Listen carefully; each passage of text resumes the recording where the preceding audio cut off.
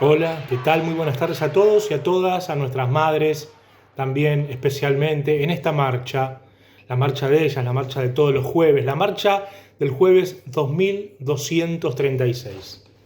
2236, jueves de lucha de las madres de Plaza de Mayo. Ustedes saben, el domingo pasado, el 14 de febrero, murió Carlos Menem, y la muerte de este político tan destacado y tan dramático para nuestro pueblo, bueno, provocó muchos debates alrededor. Algunas posiciones que surgieron nos sorprendieron, otras no tanto porque eran esperables, y hubo un comunicado de las madres en el que, como tantas otras veces, ellas pusieron los puntos sobre las íes y no se hicieron las distraídas con aquella década infame de los años 90, que significó la destrucción económica, política y cultural del país, y también con la complicidad de muchos y muchas con ese sistema neoliberal extendido a todo Occidente, no solo Argentina, y cuyo capítulo nacional representó, sintetizó de algún modo Carlos Menem. Así como las madres en el primer período de la postdictadura con Alfonsín fueron el punto más alto en la resistencia a la impunidad que traía consigo la democracia, entre comillas, reconquistada en 1983, bueno, con Menem, a partir de 1989, las madres se convirtieron en uno de los puntos más altos de la resistencia popular al neoliberalismo. Entonces, con Eve dijimos para hoy recordar algunos hechos destacados de la resistencia de las madres de Plaza de Mayo contra aquel gobierno que literalmente devastó al país y perfeccionó el proyecto que implantó a sangre y fuego la dictadura. Yo voy a destacar tres hechos de entre tantísimos que las madres protagonizaron. El primero fue producido por las madres en 1990, exactamente un año después de la asunción de Menem, el 9 de julio de 1990.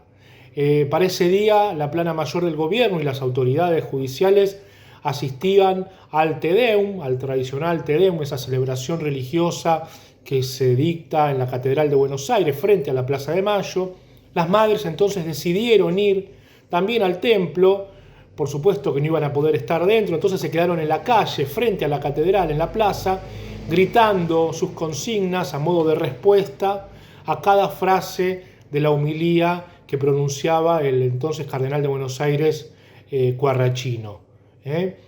Fue aquel día que está registrado en videos, fue aquel día que Eve gritaba con todas sus fuerzas en la cara de la policía que hacía un cordón para que las madres no se acerquen a los funcionarios. Decía Eve, por más que nos tapen estamos, por más que nos pongan 1000 milicos adelante estamos, por más que no les guste estamos, por más que nos quieran matar estamos. Y si nos matan, decía Eve, seguiremos estando. Este hecho es muy importante. ¿Por qué? Porque marca el temprano rechazo de las madres a Menem. Recordemos, 1990, justo hacía un año que había asumido, ya se había producido el primer indulto, faltaba el segundo, pero toda la política económica de Menem no se había desarrollado con toda su potencia tan dramática para nuestro pueblo, pero las madres ya estaban en la calle repudiándola, ¿no?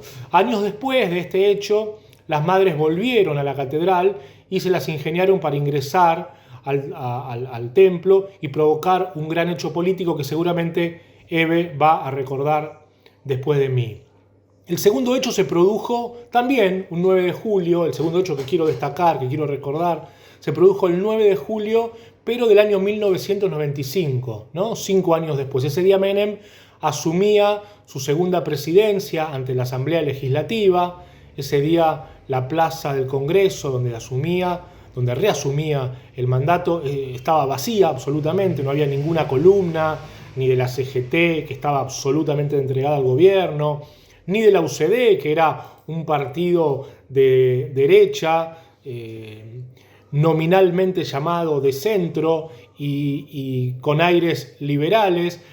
Lo cierto es que se había convertido rápidamente al peronismo porque el peronismo llevaba adelante los planes económicos que ese partido venía sosteniendo desde hacía décadas. Bueno, tampoco había gente de la UCD siquiera para celebrar la reasunción de Menem, excepto las madres.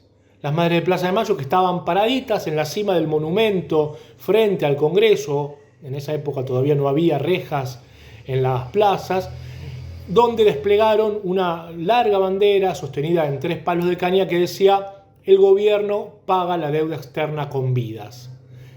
Para que todo salga bien, Eve había convocado a las madres y a un pequeño grupo de militantes, entre los que yo con mucho honor y mucho orgullo recuerdo estar, que las acompañábamos y hacíamos el soporte operativo de todas las actividades. Nos había convocado para que estemos a las 7 de la mañana de ese 9 de julio, feriado, la ciudad absolutamente vacía, una mañana muy fría en la ciudad de Buenos Aires. Nos había convocado para que estemos en la Casa de las Madres, que está situada a 300 metros del Congreso, la casa de Hipólito Yrigoyen 1442, la anterior sede a la que las madres tienen ahora, ya hace 20 años que están allí en Hipólito Yrigoyen 1584. Lo cierto es que las madres nos convocaron a las 7 para salir máximo 8:30. El acto estaba previsto, es decir, el comienzo de la Asamblea Legislativa, para las 11 de la mañana. Las madres, como siempre, queriendo llegar con tiempo, haciéndolo todo con suficiente tiempo para que ningún imprevisto impida la realización de la actividad.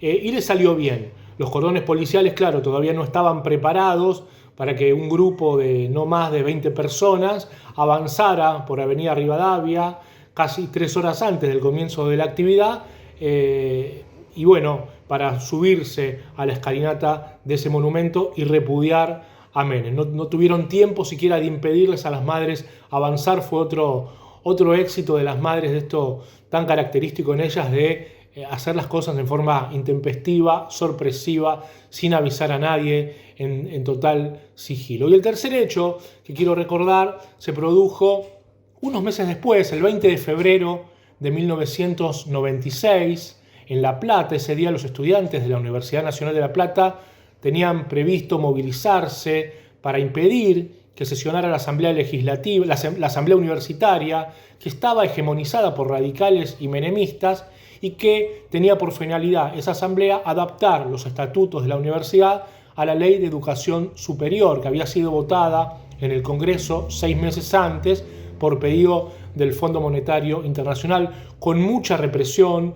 El movimiento estudiantil en toda el segundo mandato de Menem estuvo muy movilizado, no solo el universitario, también el de los docentes, también el de los secundarios. Se modificó la Ley de Educación Superior, que es esta, y también la de las escuelas secundarias. Se había también, ustedes recuerdan, se había provincializado la educación media. Los colegios nacionales dejaron de serlo y pasaron a depender de cada distrito, con las dificultades y con las desigualdades que esto iba a provocar en la educación media, y que provocó finalmente. Lo cierto es que aquel día, el 20 de febrero del año 96, el gobierno de Duhalde, que estaba aliado de Menem, todavía cometió una salvaje represión a los estudiantes, realizó detenciones selectivas, como en la dictadura, llevadas adelante por autos de civil que circulaban por la ciudad de La Plata sin patente, y que iba deteniendo a la salida de sus domicilios a cada uno de los estudiantes más comprometidos con la protesta, los dirigentes, los que estaban claramente identificados y cumplían un rol importante en la manifestación que se iba a desarrollar unas horas después, lo cual también demostraba que había una inteligencia previa por parte del gobierno para proceder a esta represión, igual que en la dictadura. Lo cierto es que a la mañana de ese día, y sin que todavía haya comenzado la manifestación, ya había más de 100 detenidos en las comisarías de La Plata, que en algunos casos no se sabía ni siquiera dónde estaban. Lo cierto es que cuando las madres se enteran de lo que estaba pasando, Eve, sin esperar que se lo pidan, se va a la comisaría a exigir la libertad de los detenidos, también como en la dictadura, y la policía le responde a los palazos, uno de los cuales da en la cabeza de Eve y mancha de sangre el pañuelo blanco. Una imagen que recorrió el mundo, que provocó un escándalo internacional y que hizo conocido al gobierno de Menem por sus desbordes represivos. Nos pareció con Eve que es un ejercicio necesario recordar esa década de los años 90, porque sus consecuencias llegan hasta hoy, pero también porque debemos recordar las luchas que se hicieron para resistir esa década, para resistir esas políticas, porque las enseñanzas de esas luchas deben servirnos para las luchas que va a haber que seguir librando, evidentemente, y sin lugar a dudas. Nunca se gana del todo y tampoco nunca se pierde del todo. El camino siempre es organizarse, prepararse, luchar, aprovechar los momentos cuando son mejores para conseguir más conquistas, pero siempre sabiendo que enfrente hay un enemigo muy poderoso que nunca terminamos de extinguir. Nada más por mí y los dejo entonces con Eve de Bonafini. Hasta el jueves que viene.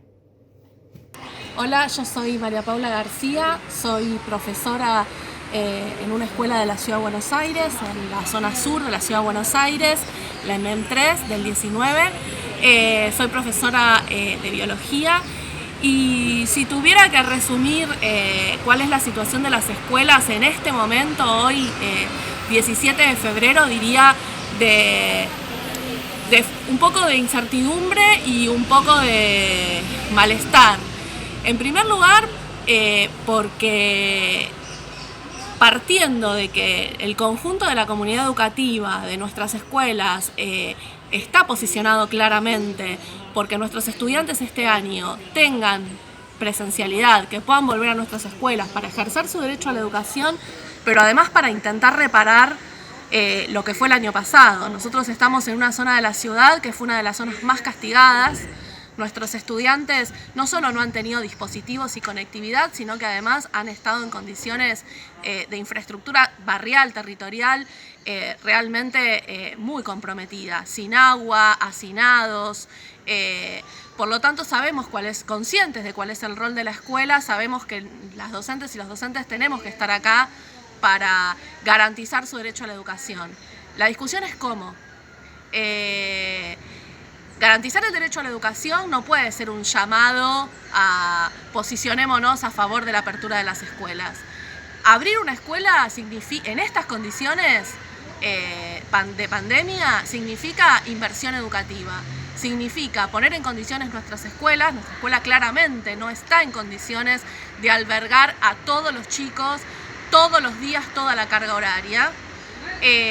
¿Por qué? Porque falta ventilación, porque el hecho de que tengan que circular 12 cursos de una matrícula de más de 500 pibes en 3 turnos es imposible. Entonces, requiere más docentes, requiere que aquellos docentes que tienen más horas puedan tener más horas pagas para poder destinar a armar burbujas simultáneas de un mismo curso. Entonces, son muchas las cosas que hay que pensar. Creemos que el rol tanto del gobierno nacional como del gobierno de la ciudad tiene que ser garantizar esa presencialidad segura, que repito, no se da simplemente abriendo una escuela, sino garantizando en primer lugar las condiciones laborales de los docentes, las condiciones sanitarias y de infraestructura de nuestros estudiantes. Y necesitamos recursos, porque sabemos que este año también va a ser un año de educación mixta, va a ser un año donde nuestros estudiantes van a tener necesariamente que alternar la presencialidad con trabajo a distancia, y para eso necesitamos dispositivos, necesitamos conectividad, necesitamos que efectivamente políticas públicas que puedan sostener lo que hoy se necesita para abrir una escuela. Bueno, acá otra vez desde mi cocina, tomándolo allá como una cosa muy seria, que es la plaza. Y hoy quiero empezar contándoles algunas de las cosas.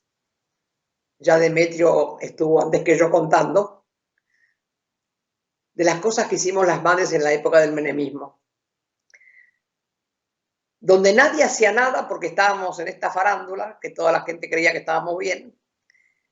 Y las madres lo primero que hacemos, no es que hicimos solo todas nosotras, también hubo otros a los que nosotros acompañamos, como ser la Marcha Federal.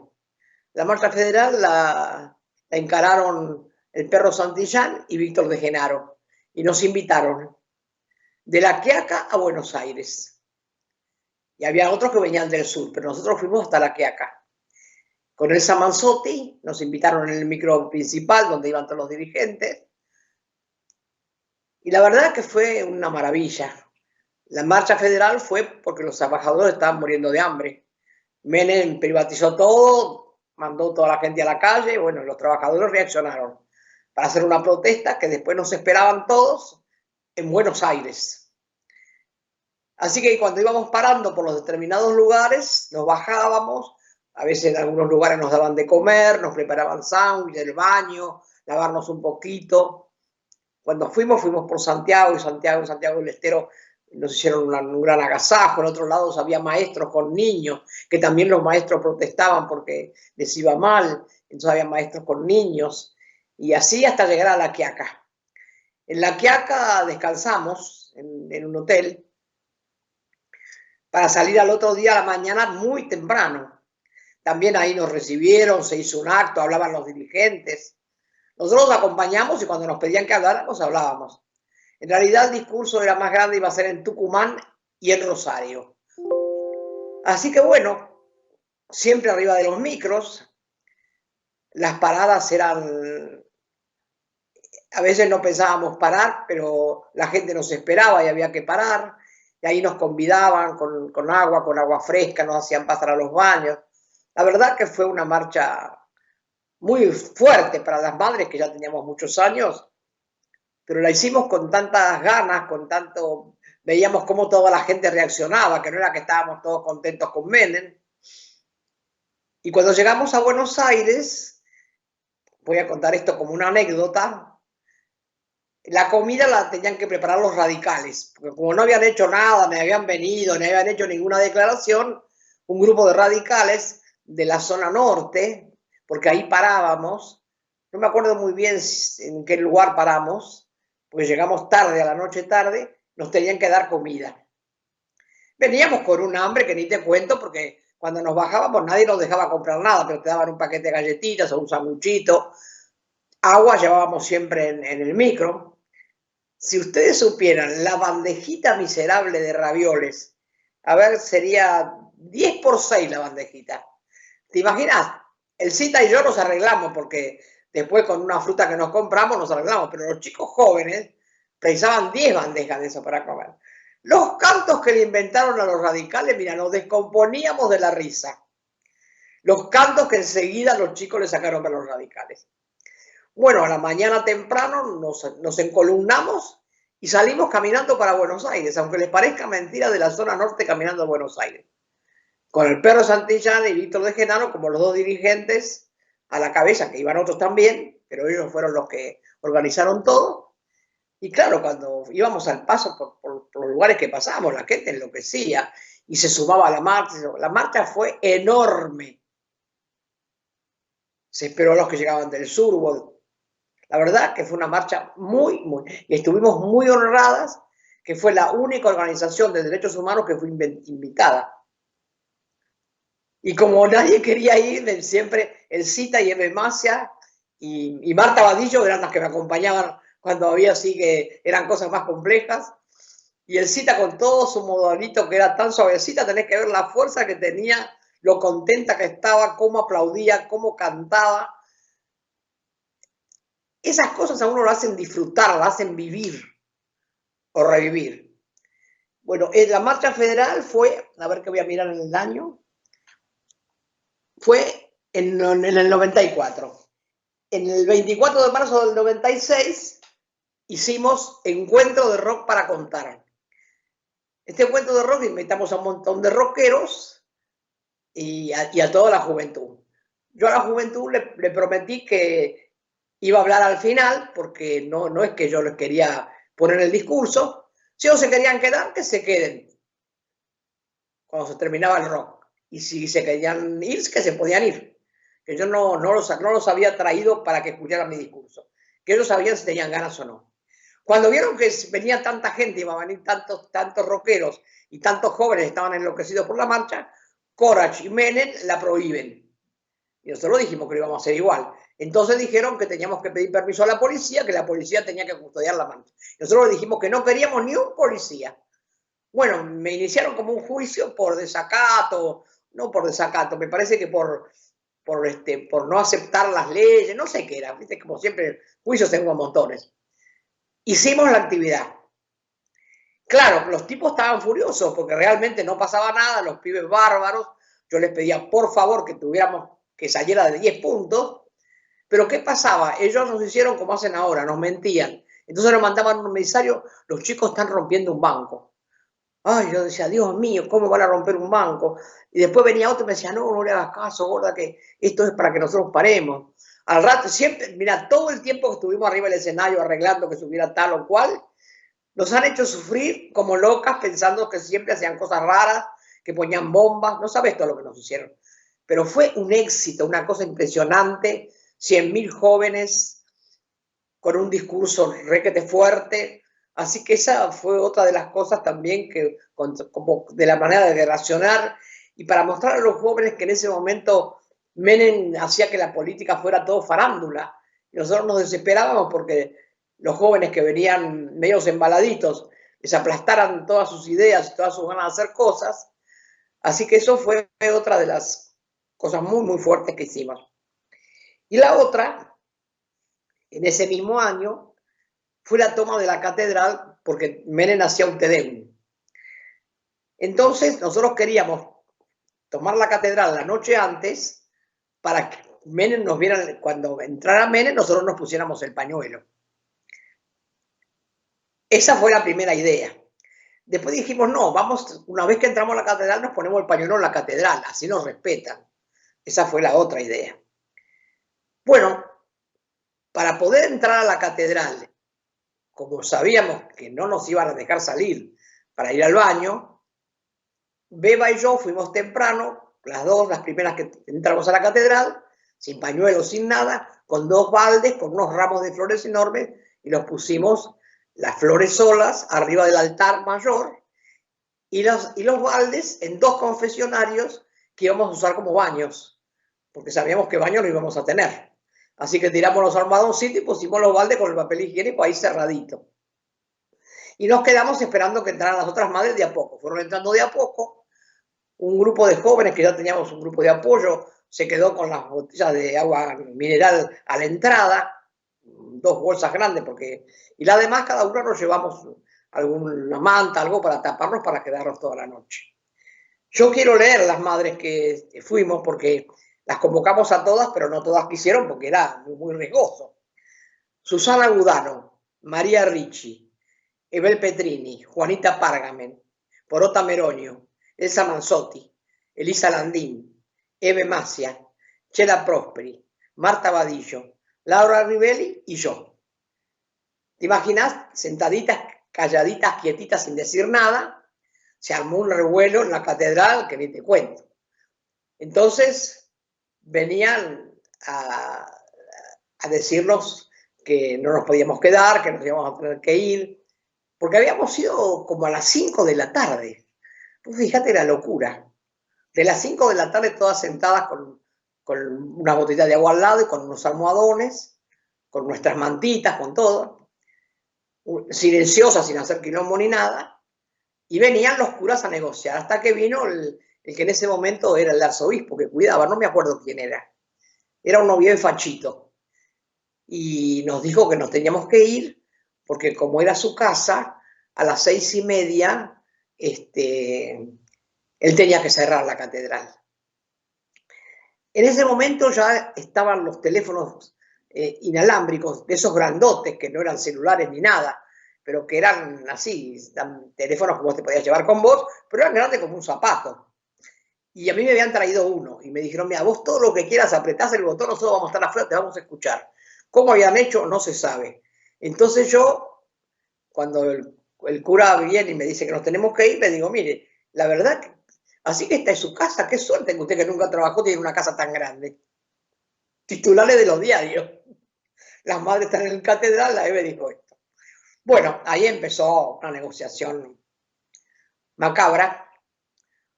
Primero vinieron mujeres de la policía, vestidas de policía, todas mujeres, para convencernos que no teníamos que ir, porque el otro día que venía el presidente, bueno, vinimos justamente por eso, porque viene el presidente, si no, no estábamos acá, mirá la novedad que nos daban. Hasta que, bueno, se empezó a juntar gente afuera, porque yo mandaba mensajes por ese aparatejo que tenía. ¿Y qué pasó? Mandaron al ejército. cuando dan la orden de que vengan a desalojar policía y ejército, la que se pone peor es María Ricci, porque María Ricci era muy, pero muy católica, de misa diaria, de tener un santuario de la Virgen de Lourdes en su casa, de rezar para todo. Así que para ella, que nos echaran de la catedral, ella no podía creer. Entonces yo dije, la que puede, que nos tiremos al piso y agarrémonos de los bancos, para que si nos arrastraran con bancos y todo. Nos dieron de palos, nos metieron a todas en ambulancia y nos sacaron. No sabe lo que fue. Al otro día no se hablaba del Te Deum de Mene, nada, hablaban de lo que hicimos las madres. Entonces, esas cosas que son tan fuertes y son provocadoras, pero son las que le muestran a la población cuántas cosas uno puede hacer, porque nosotros estábamos haciendo una cosa pacífica totalmente. No habíamos puesto bombas, no estábamos con armas, nada. Pero éramos una bomba nosotras mismas. Porque imagínate, en el medio de la catedral, todo ese grupo de madres, silenciosas, no hicimos lío ni respetamos el lugar donde estábamos. Pero claro, no querían que estuviéramos. Así que un poco yo quería contarles eso, ya les contó Demetrio, una de las tantas cosas que hicimos. Porque la gente, sobre todo los jóvenes de ahora que ven mucho esto que las madres hacemos, que no saben de lo que hicimos, para que vean cuánto los pueblos podemos hacer cuando somos capaces de tener fuerza y garra y ganas, y sobre todo un motivo, ¿no? Como el que teníamos las madres, de luchar para ver si conseguíamos algo, ¿no? Ya habíamos perdido la esperanza de encontrarlos, ya hacía un tiempo largo que nos habíamos dado cuenta que no iban a volver, que alguno que otro que salía traían las noticias peores, las más trágicas. Así que decidimos pasar a esa otra etapa, que era solidarizarnos, porque eso que hacíamos las madres era para demostrar que los trabajadores no tenían trabajo, que la privatización. Empezamos a tomar conciencia de cuántas cosas había en la política para los cuales teníamos que reaccionar. Así que estamos muy orgullosas y honradas de haber podido hacer todo eso, acompañadas por tantísima gente que también tenía ganas de hacer. Así que eso es un poquito lo que les quería contar. Y ahora un poco voy a hablar de actualidad. El gobierno se dio cuenta que las multinacionales, primero el presidente dijo que los compañeros que salían a revisar los supermercados, los compañeros de las organizaciones sociales, no tenían ningún poder. Pero caramba, tuvieron alguno. Salieron a revisar y vieron que las góndolas estaban vacías. Hicieron la denuncia, tuvo que ir la ministra a mirar que no había mirado y no había visto. Y cuando vio que lo que decían los trabajadores sociales, sí, estaban las góndolas vacías, no había lo que tenía que haber, hicieron una denuncia y empezaron a poner multas. Dijeron multas a los supermercados y los nombraron a todos los que les iban a poner multas. Y después dijeron que había que ponerle multas a los supermercados dijeron, nosotros no tenemos nada que ver, es que no nos traen la mercadería. Entonces le iban a poner multa a los fabricantes. Ahora parece que arreglaron que si traen mercadería no le van a poner multa. No sé, no me quedó muy claro eso. Pero por lo menos tuvieron que apurarlos para que llenen las góndolas como corresponde, con el precio que dijeron, porque eso es una cosa importante, o sea que los compañeros sí tuvieron participación, porque fueron los que denunciaron que no había nada. Eso es una de las cosas. La otra cosa que me parece muy buena que hizo el gobierno es ponerse en las rutas de Corrientes y de Misiones, donde está el mayor contrabando de soja y de trigo que sacan para el Paraguay, y capturaron miles y miles y miles de camiones que iban cargados de trigo y de soja de contrabando, pero camiones grandes como esos que están en el puerto, que llevan esa maquinaria de esos camiones, no son camiones comunes, todos cargados, 4 millones de toneladas. Capturaron los camiones, capturaron los choferes, pertenecen todos a las grandes compañías que nos roban por día millones y millones de pesos. Los están capturando porque contrabando. Ese contrabando lo llevan a Paraguay y lo venden como soja y maíz de Paraguay. Y también se descubrió que la cantidad que dice Paraguay que siembra es la cuarta parte de lo que dice que vende. Entonces quiere decir que ahí está el contrabando. El contrabando que se lleva de acá lo vende como propio, no se paga nada, no nos pagan nada a nosotros. Bueno, el gobierno está capturando los camiones, han agarrado un montón. La ruta se llama la ruta de Corrientes y Formosa. Salen por ahí, todo el mundo sabía, pero nadie decía ni nadie hacía. Ni la gendarmería, ni ninguno, porque todos los adornan. También hay que averiguar por qué la gendarmería dejaba pasar esos camiones, por qué se había hecho como una ruta común. Pero bueno, empezamos por algo. Muy bien, sacarle los camiones. ¿Qué van a hacer con esa mercadería? Rápidamente tendría que entrar en las góndolas de los supermercados para que la gente pueda comer soja y pueda comer maíz, que no hay en los supermercados. No me digan que no se puede porque, bueno, esa es otra. Y la otra cosa que quería hablar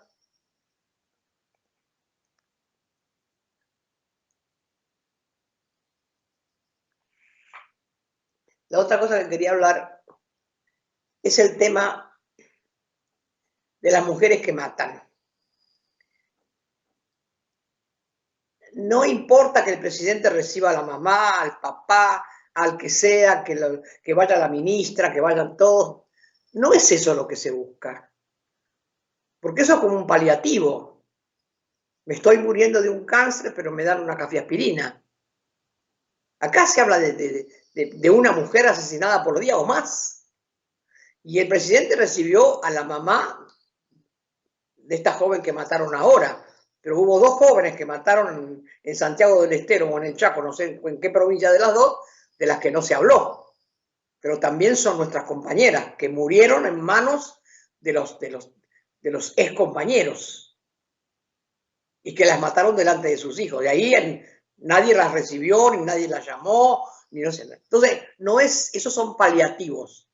Acá hay que poner leyes rígidas y no solo son responsables los asesinos, que hay un 30% que son policías, sino que son responsables también los que no escuchan. Porque esa compañera hizo 18 llamados y nadie la escuchó. Todos esos teléfonos que están abiertos, que dicen llame acá, llame acá, llame allá, ella llamó, pero nadie la escuchó. Quiere decir que también hay responsables. El silencio no es salud. El silencio es complicidad. Entonces hay que hacer leyes muy duras que se cumplan, porque bueno, esa es la otra. Y el que no la cumpla también que tenga que pagar por no cumplir la ley, porque si no estamos en la misma. Inventamos cosas, hacemos comisiones, otra comisión y otra comisión y otra comisión, y ponemos teléfonos y le pagamos a la que atiende el teléfono, y la que atiende el teléfono tampoco escucha.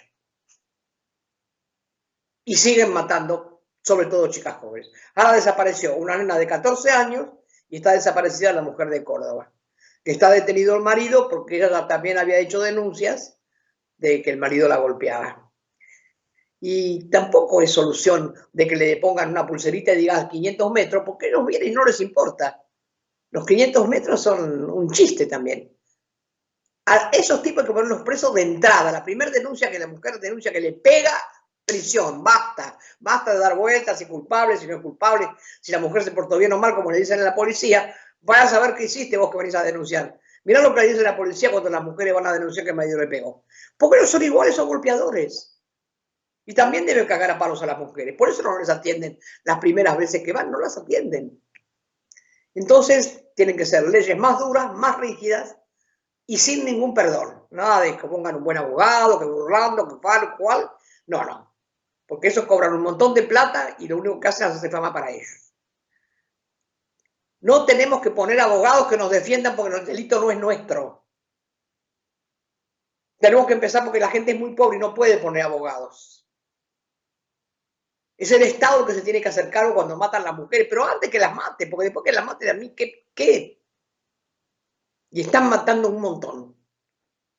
las que se notan y se saben porque los padres están en la capital y Dios atiende en capital, y las del norte. ¿Y cuánta piba que queda embarazada porque el padre le pega y le dice no digas nada o no hables, o el abuelo o el tío las violan toda la vida y también están amenazadas? Y también, eso también es femicidio. Porque estuvimos escuchando y me mandaron unos datos, la cantidad en Santiago del Estero y del Chaco de niñas que tienen hijos, desde 11 años a 13 años. Eso también es femicidio. Así que bueno, eso les quería decir. Estoy preocupada, como siempre. Trato de preocuparme de todo lo que puedo. Estoy preocupada por lo que pasa en Ecuador, muy preocupada. Ojalá nos vaya bien. No soportan los yanquis que tengamos tantos triunfos. Nos quieren amargar. Tal vez no van a poder. Hasta el jueves que viene.